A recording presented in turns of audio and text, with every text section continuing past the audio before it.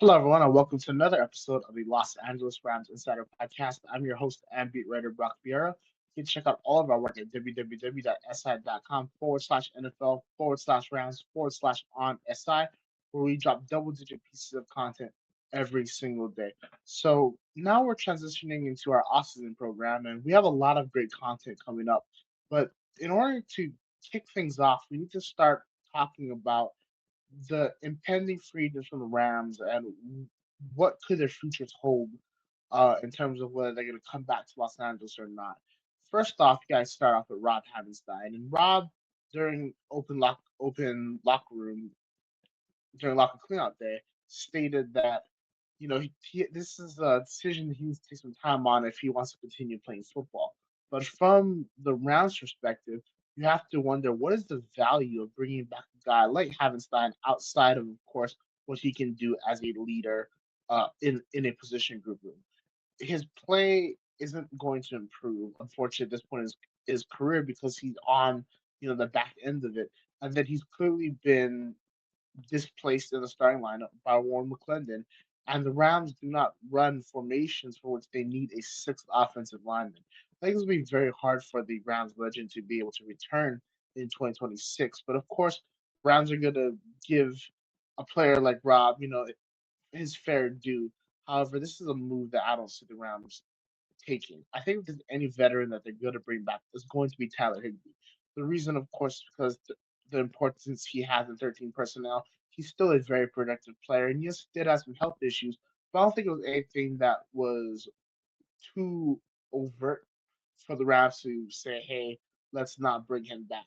I think money is going to play a factor into it, but if Higbee is comfortable in a reduced role because clearly Kobe Parkinson has supplanted him in the starting lineup, then of course I can see a clear role for Higbee if he was able to come back, especially considering how much investment the Rams had already put into Terrence Ferguson, a player like Higbee, who many have described as the glue guy of the locker room, it'd only be beneficial for.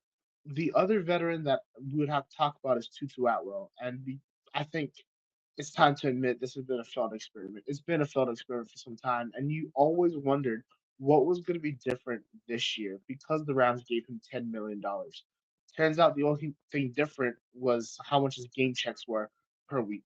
There was again a lack of usage, a lack of purposeful play calling for Atwell. And outside of, two big catches, one against the Colts and another against the 49ers in the following week, week 4 and week 5, he was just non-existent. He spent the playoffs being inactive, and you can't have a player being owed that amount of money not being in uniform and that being a choice. So I think it's the end for Tutu Atwell, and I think he's going to join a lot of those kind of older guys. Akilla Witherspoon, Darius Williams. But Darius Williams is a free agent. He does have a very easy contract to cut. I think that will be exercised by the Rams.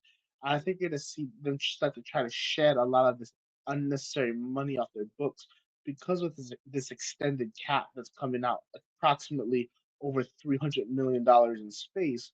The Rams really want to invest the players that are going to be on the field so they can go all in for 2026, a year that we all believe will be Matthew Stafford's last.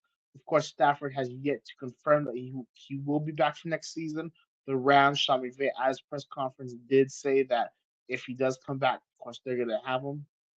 There is a question about what the guaranteed money will look like, but that will be something that both sides have to work out at a later date. And of course, if Stafford comes back, he's going to come back to an offense that's ready to roll. A starting five in Larry Jackson, Steve Avila, Coleman Shelton, Kevin Dotson, and Warren McClendon, who kept him very clean throughout the year. A 1,000-yard running back in Kyron Williams, a potential other 1,000-yard running back in Blake Corum, Devontae Adams, Puka Nakua, of course, the tight ends that they have.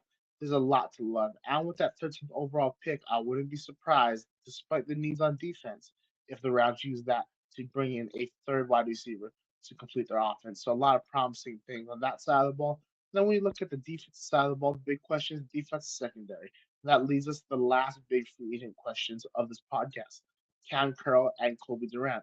Curl, Durant, two very valuable players who were crucial in the Rams' win against the Chicago Bears in the NFC divisional round Unfortunately, the secondary was penetrated too many times by the Seattle Seahawks. So there are a bunch of questions on what the Rams are going to do.